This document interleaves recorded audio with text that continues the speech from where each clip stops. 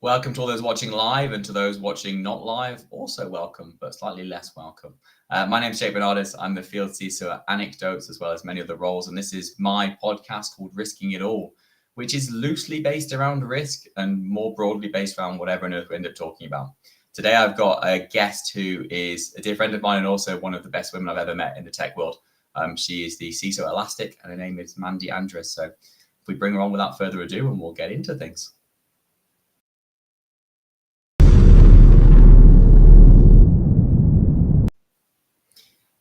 Mandy, how are you? I am doing well. How are you? It's a very dramatic intro. I know, isn't it, just with the 10, 9, 8, 7, 6 countdown and like all of the crazy loud noises? I just think if it could go longer, it would fill more time, right?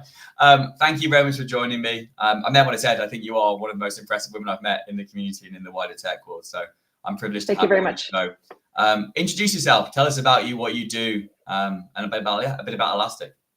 Sure. So Mandy Andress, currently CISO at Elastic, been here about 6.5 years, came in pre-IPO and helped build out the overall program and scale and expand and mature as Elastic as a company. For those that aren't familiar with Elastic, it's the search AI company. So think about all of the data that we need to bring together and understand in today's environment, and Elasticsearch, Elastic Stack, and the solutions that are available on top of that, security, observability, Elasticsearch, are able to help you make actionable insights out of all of your data. Fantastic technology that I really love, and what brought me to the company as the CISO.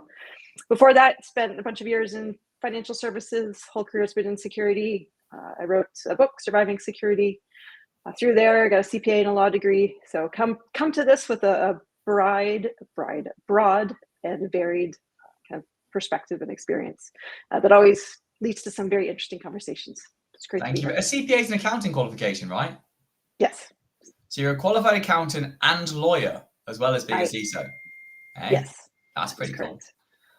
So I have 3 rules here. One is the conversation ends when the podcast ends, and if it's over in 10 minutes, it's over in 10 minutes. I don't really care. And the 2 other things are the first question and the last question are always the same. The first one I'll ask you in a second. The last one is left to us by our previous guest. The previous guest we had was Jack Rumsey, if you know him or don't. He is head of GRC at Swimlane. So we'll get that to that at the end. But the first question I'd like to ask everyone is, what's the biggest risk you've ever taken? Life, career, personally? I don't care. Biggest risk I've ever taken? I would say probably becoming a parent. There's You've got 2, right? 3. 3, okay. All teenagers. So I would say that. Some would think I did throw myself out of an airplane once, skydiving. It wasn't tandem, but after becoming a parent and the lead up into becoming a parent and the anticipation and the trepidation, and I would certainly put that as the riskiest thing. And if I remember rightly, your wife's also a rocket scientist. Yes, she is an aerospace engineer. Did some work on the space station and shuttle replacement in the US. So always love to hear her stories. For parenting, we've got aerospace engineering, qualified lawyer, qualified accountant, and part-time / full-time hacker. So, wow, love to see where those kids end up. That'd be impressive. Talk to me a bit then. So let's break Elastic down a bit more.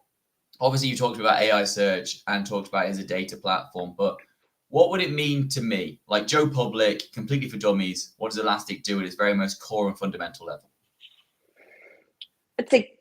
I describe it as finding things in massive amounts of data.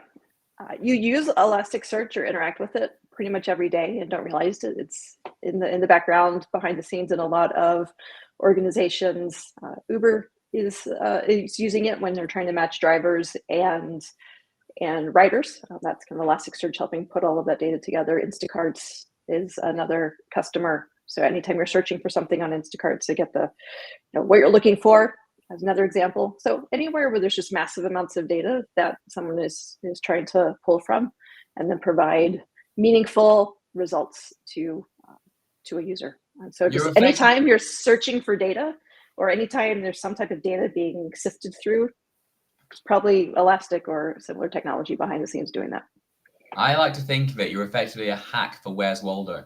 You know, there's like books where you're trying to find Wally and all the various things. Like that's kind of what you do, right? You allow people to find the things that they're trying to find. Where's Wally for my British friends? But like that's the point, right? But talk a bit about this. You've got some security solutions now as well. Talk about those. Like, how is Elastic going to market as a security provider?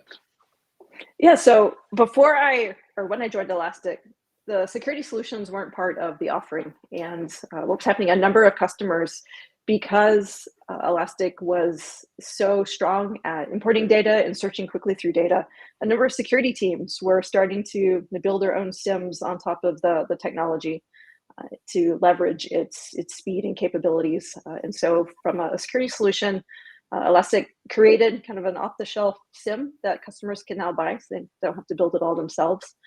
Adding on to that, acquired an endpoint solution. So we have a kind of endpoint security tied in as well to create the overall XDR platform. And so it's a way to allow you to think about your security differently and being able to move more quickly. And when I say think differently, I'm able to apply your standard static detection rules that we're all familiar with. For a number of years, they have had machine learning built in capabilities, which is something that we utilize heavily internally. We run our own products internally. And with the machine learning capabilities, and they're pretty straightforward compared to some other products that I've used in the past. And that helps you start to move towards a behavior analytics-based approach, whereas a lot of the threat actors are targeting and focusing on things that from a pure monitoring perspective would just generally look like standard behavior. So I think compromised credentials and API keys and things like that. So it's the behavior aspect that is what gives you insight that something different is happening. So it's a pretty strong, kind of gives you a pretty strong ability to start to move in that direction. Yeah, it allows you to see anomalous things. Right? I think it's cool because the reality is that I say quite a lot that the biggest risk is the risk you don't know about. And I think that we've got to a point in security over the last decade, probably, where we've bought so many tools that give us so many data sets, but that just creates this ginormous security data lake, which no one has any intelligence around to really understand what's actually in it or what any of the insights inside of it actually mean. You're just accumulating more data. And I think it's fascinating to try and see how we can get more automated and also more behavioral based on things like that. All those kind of solutions I find interesting. So obviously you've got the kind of classic, it's not hard to spot some attacks, but the ones that mimic natural behaviors intentionally become much harder to identify, right? Talk to me a bit about the challenge you've got in role then. So as CISO of Elastic, big company, underpinning quite a lot of big businesses. What are your challenges? What's on your mind right now? You said the biggest thing on my mind is what do I not know? What am I missing? And so it's always trying to find the corners of the organization where we don't have visibility, we don't have the light kind of shining on them. So that's a big piece of it. Second is what's certainly changing in the broader threat environment, threat landscape. What new vectors or methods are we seeing that we may need to look at and make some changes in our overall architecture and setup? And from that, we go into a lot of deeper technical discussions and analysis. But at the end of the day, those are the two main questions that I ask myself every day. And what are we doing to help move ourselves forward? Those are hard questions to ask. I've got a question for you, though, from one of our listeners, Esther Spansky, who says, does Elastic have plans or future or existing support in place for CNAPP? We have the CSPM capabilities and are continuing to expand what that looks like into the broader CNAPP space. So there are some components in the stack in the security solution that allow you to do that. I encourage you to reach out to Elastic directly, or you can reach out to me and I can help connect you if you want to learn more information. One more question on that, because I think there'll be some people listening who, when you said CSPM, will automatically think Wiz or Lacebook or Orca. How, or are you different or similar in that kind of context when you talk about CSPM as a play?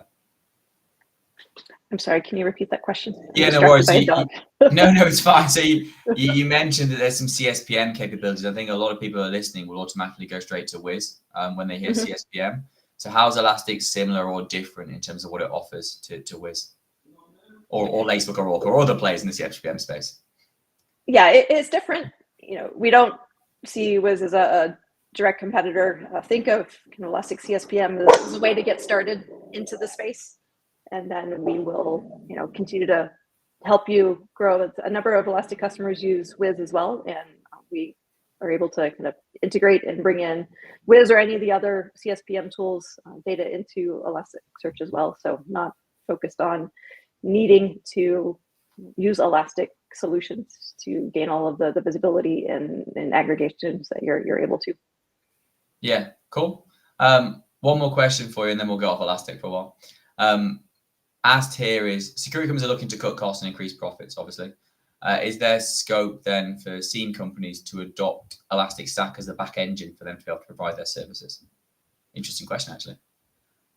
I think that's there are some companies that are doing that. There are some MSPs and growing number of MSPs where the Elastic SIEM is the engine in the background that is running. So I think there certainly are companies and organizations doing that, and encourage you to ask what's running behind the scenes if you're chatting with service companies or other security companies. Cool, thank you. So moving gears, data and security. You work for a data company, so effectively data is your lifeblood, it's your oil, right? Yeah. And I often think there's this weird tightrope we walk in security between, yes, we want to be driven by data. Data is the lifeblood. We talk about anecdotes, right? We're a data-driven GRC platform. But at what point do you think we separate from just being purely data-led to also being intuition, experience, intellect-led? And that's a deep question. When it comes to security, like where do you sit on the kind of data versus people question, I guess? Yeah, it's one that I've evolved my perspective quite a bit over my career. And I tie that to just as I've gained more experience. So early on in my career, very focused that technology can solve all things and process can solve all things. And my perspective today is technology and process can help and can make things easier, can speed things up, can make things consistent. But it's the people at the end of the day, and the ability to take the experiences that you have had over the course of your life and your career. And there's just something that the human brain is able to do to put some pieces together, and sometimes you're not even able to explain it directly, but you just, where that intuition comes in, and that expertise is, a recognition that I've seen this pattern before somewhere, and I know this is the next thing that's going to happen, even though there's no evidence to support that. This is where I think this is going. This is where I think this is what we can do. And so it's really a balance of both understanding and taking a look at what data is available, but also relying on experience of both yourself and your team and those around you to really look at and go towards what's the right thing to do. And sometimes you just intuitively know what the right thing to do is, and it's hard to explain. No, I agree with you. I think like we as I said, we as a company, and not just here, but in other roles, I've talked a lot about being data-driven. And I think that the key is not data-driven automation taking away people. It's data-driven arming people. Like, make decisions based on the data, not based purely on intuition, but you need to have a degree of intuition, capability, knowledge, experience to apply to that data to make a desired outcome, right? You can't just take the data and make it we've looked at lots of people trying to do automation from full stop. And I think the best example, if you look at it, we're now starting to see a bit of kind of noise in the space, but like kind of vulnerability remediation automation. It's not hard to automate the finding, identifying, and categorizing of vulnerabilities, but it's always been very hard to automate the remediation of it because there's some skill and some competence and some sixth sense type capability required for that, right? And I think that's where we're seeing it as being interesting. That's a fascinating topic we talk about for a long time, but it takes the next step. So you talk about having this intuition, experience, and knowledge as being important. What makes a good security leader? You are one, in my opinion, and I think many other people's opinions. So what makes you good at what you do? What are the skills that people should have that want to aspire to be CISOs or want to aspire into the industry? What makes people good in this space? A couple of things that I focus on. One, listening. I try to be a good listener and really focus on what is being said to me and around me. The second is I recognize, I know my strengths, I know my weaknesses, and I try to surround myself with folks that have strengths where I don't. So together we're able to create something that is more than the sum of the individual pieces. And then I love to learn, which is where I think I just kind of landed in security at the end of the day, because you're constantly needing to learn new things. And the moment you're not learning, is the moment you should probably leave the space, because you're quickly getting behind. And just curiosity and asking questions and seeking to understand. So I focus on those three things. And what that brings together is kind of an openness, or what I'm trying to accomplish is an openness, a curiosity, empathy, and using that as the core of what drives and what leads all the decisions that I make. Let me comment on two of those things and ask you a follow-up question on one. So I totally agree with listening. I spent a number of years as a social engineer, and the best tactic I learned was to shut up and listen, because people often dig themselves a hole without really intending to. So I totally agree. I think in terms of like surrounding yourself by the skills that you don't have, again, I think great leaders are not those that lead. They're the ones that find armies that will fight for them and like know how to fight for them. And I'm a big advocate saying the best thing you can be good at is hiring. If you're good at hiring, everything else will probably be okay. If you're bad at hiring, you've got problems before you even start.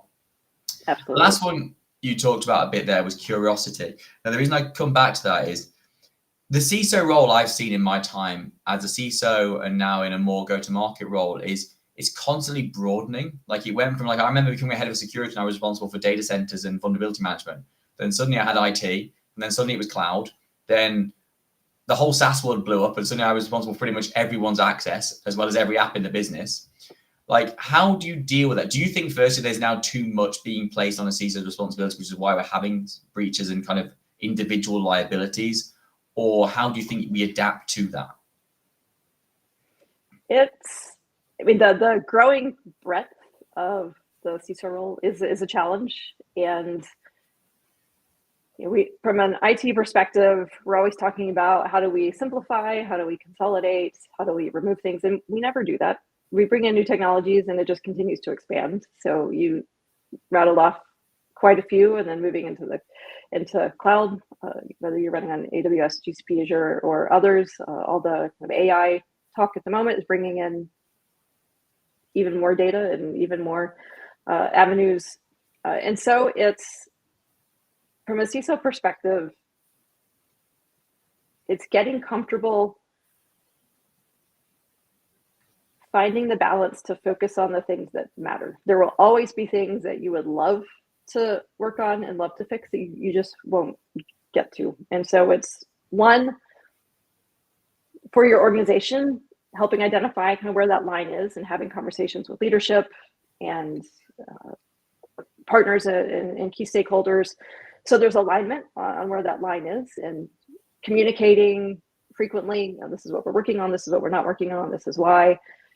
And just continuing to have that as a collaborative discussion, because there's something will come up tomorrow that gets added to the CISO role. That's yet another component of things to focus on, and recognizing and being okay that you can't do it all, for me, is the first step. I think that last sentence sums it for me. And I like to somehow loosely come back to the fact that I titled this podcast with risk. And I think you've summed it up right. It is risk management. It's knowing what are the things I need to focus on versus the things I can deprioritize and say, yes, effectively I might own them, but I can't do much with them. Is that a big risk to you? Then tell me, because we have to change what we're doing, right? And I think it's about, it's two things, it's that. And then we talk about the change of role of the CISO. A lot of people have found themselves suddenly going from being deeply technical security people to members of the ELT in the last 5 years and part of the leadership team without really knowing what happened in between. and developing those kind of core competencies around communication, around like defining and reporting objectives and performance and fighting their own corner. I think the CISOs are having to adapt quickly, but that we'll step backwards off of that one. So Pratham asked a question and said she's brand new to the role, and what are things people should learn as an entry-level position for security? But I think it's a great question. This is one where the answer changes often. Agree.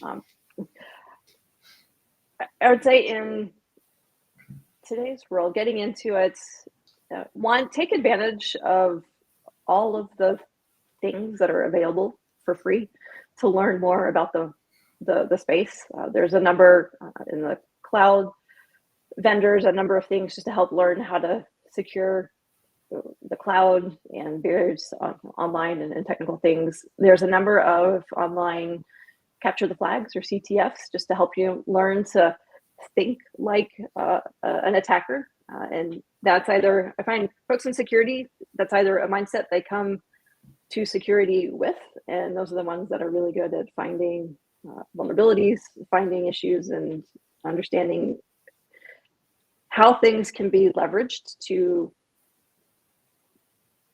have unexpected outcomes. And then continue to look just in your current role, what more can you do? What can you learn? What's an adjacent area that you could learn more about that would help you potentially be better in the role that you're doing? Along with that, I would say have a broader experience, work in all different aspects of security. A lot of folks that I've worked with, they want to come in and they want to be pen testers. That's really exciting. That's the thing to be, but there's so much. Get your hoodie up and go on Mr. Robot, right? Exactly. I'm dressed. Really.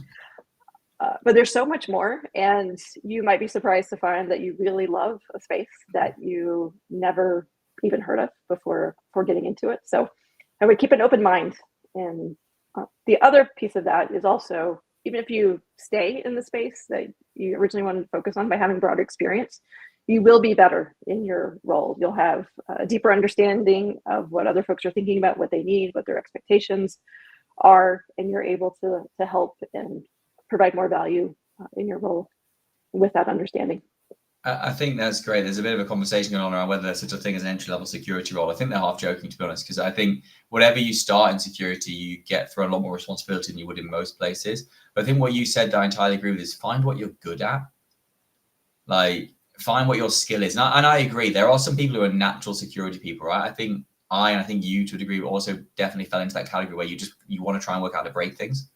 And that's inside of you inherently. And so you develop that skill and build on that and you grow up the ladder, right? But I think what we need is greater diversity in security. And I think that comes from a mindset perspective as much as it does from race or gender or sexuality or any of that piece, right? People who see things differently. And there's so much room in our space for people who work in areas that aren't hacking, that aren't vulnerability management, that need a more consultative approach, a more data-driven or focused reporting approach. They need a more human approach. Like, find out what you're good at and leverage your skill. Find out where it fits, right? Don't try and put a square peg in a round hole.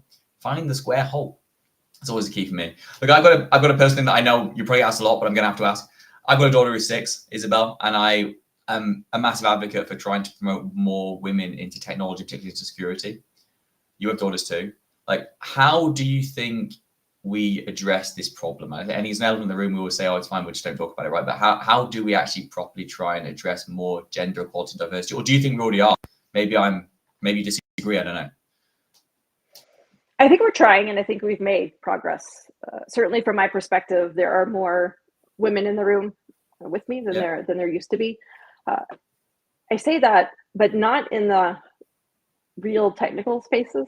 There's often still few women in the highly technical.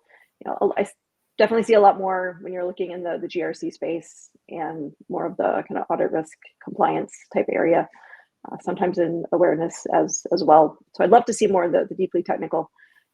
But I think it goes back to, and we've talked a lot, there's systemic issues and just biases in the broader education, and bring that up. There's been a lot of conversation kind of where girls and women can move out of the math space. And I knew it, but having kids, I have daughters. I had just how innate it is in the unconscious bias that I think it's a challenge to overcome, but we need to keep watching for it and highlighting when we see it and trying to address it in those moments. And that's when one of my kids was about 5, we went to buy new bikes. We're looking at all the bikes, and she wanted a blue one. And she had picked it out. Her sister wanted a pink one. And the salesperson came over to help us. And he's like, oh, here's the girls' bikes. And showed all the pink and purple ones. And my daughter was like, well, can I get a blue one? It's like, yes, you can get a blue one. If you want a blue one, you can get a blue one. But she wasn't comfortable getting a blue one with that, just that small interaction of, well, here's the bikes that are for you. And it's those small things like that that have an outsized impact that you may not recognize at the moment in time, but they continue to build and build and build over time as there's more and more small nuances and decision points that can change your path very dramatically. But even that's based on trying to align diversity early from what is and isn't male/female.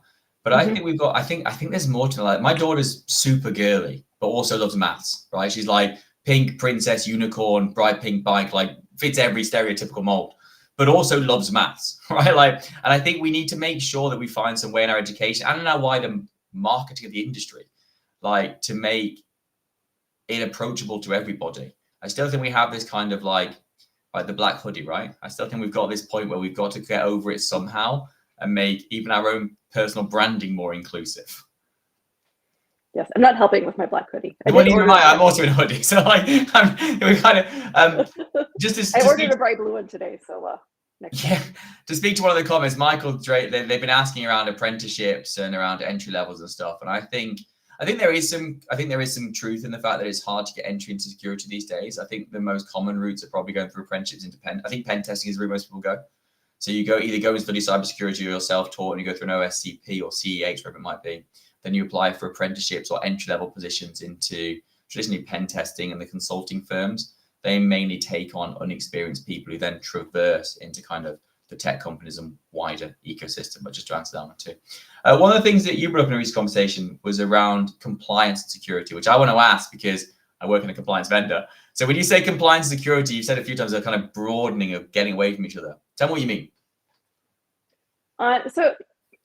Yeah, the statement's been made for many years. You can be compliant, secure but not compliant. But there was always an overlap where you could, with a little bit of effort, find the approach that for your organization would make you both secure and compliant, which just helps with efficiency. So what I'm seeing as the broader digital transformations in organizations, the AI, all the global presence of organizations and multi-country regulations that need to be followed and adhered to, there's a quickly diverging path between compliance and security. And that overlap is slim to none in a lot of areas today. And you take that and apply it to security teams that are resource constrained already and now often having to do double work just to meet both, keep the company secure. And the end result for a lot of organizations, because they don't have the resources to invest, they focus on the compliance side. And that leads to a bit more security issues and things that can happen that potentially could be addressed relatively easily if you're able to have that focus.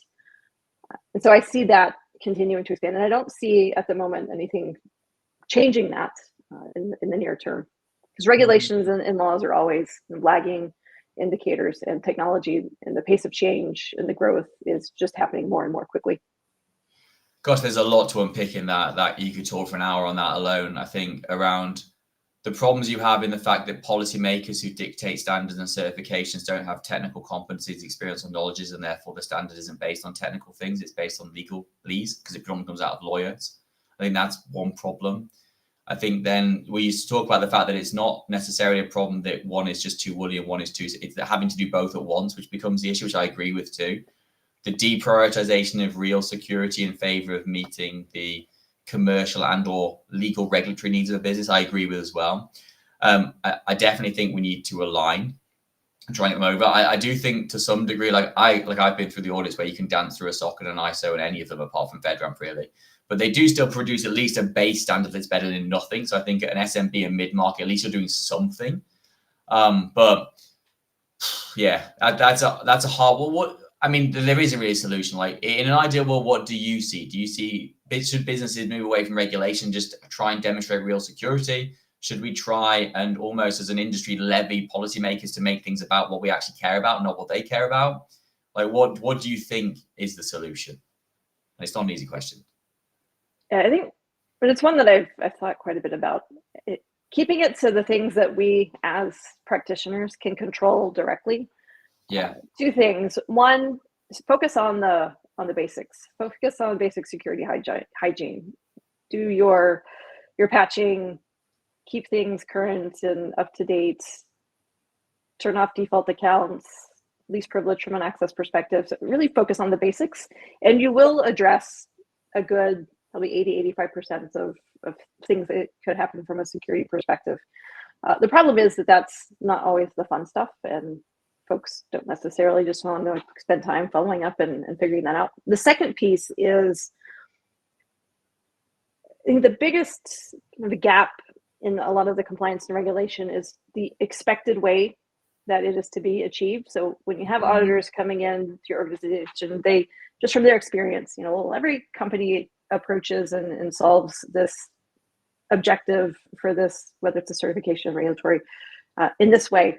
And if you try to do something different, then that's failing. And so taking the time and really investing in helping your auditors understand that what you're doing is at least is equivalent to the other approach, or oftentimes it's better given your environment. But taking the time to invest in that helps close that gap a little bit and allows you to operate in a way that is most efficient and effective for your organization while still meeting the spirit and objective of the compliance focused areas.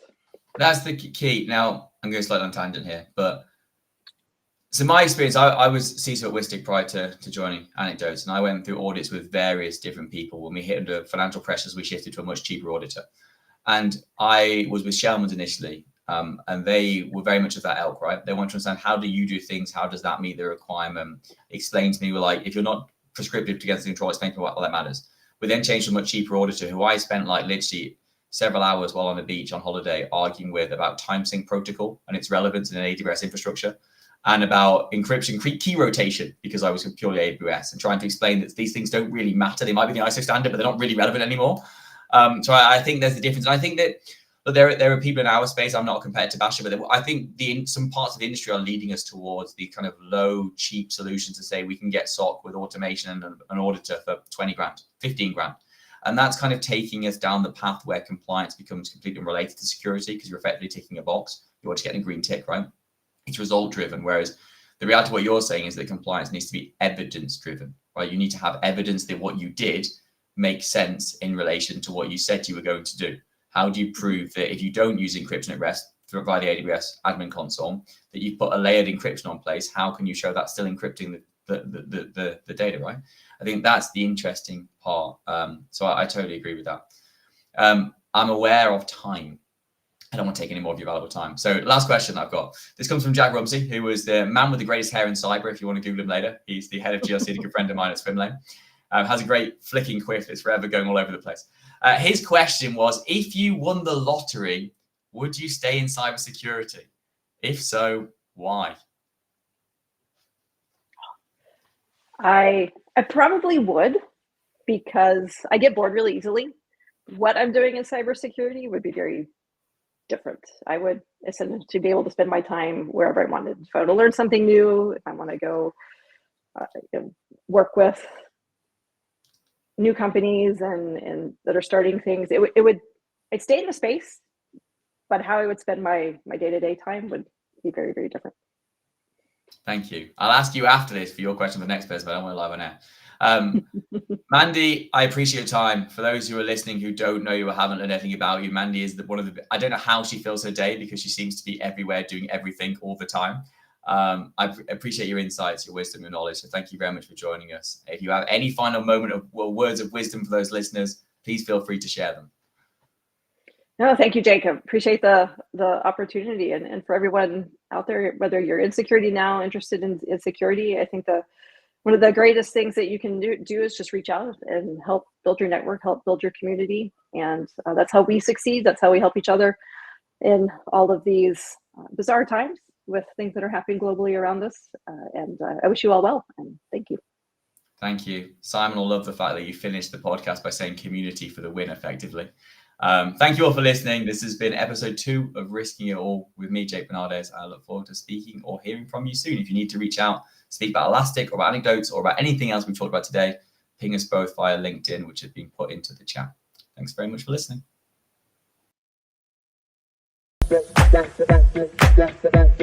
That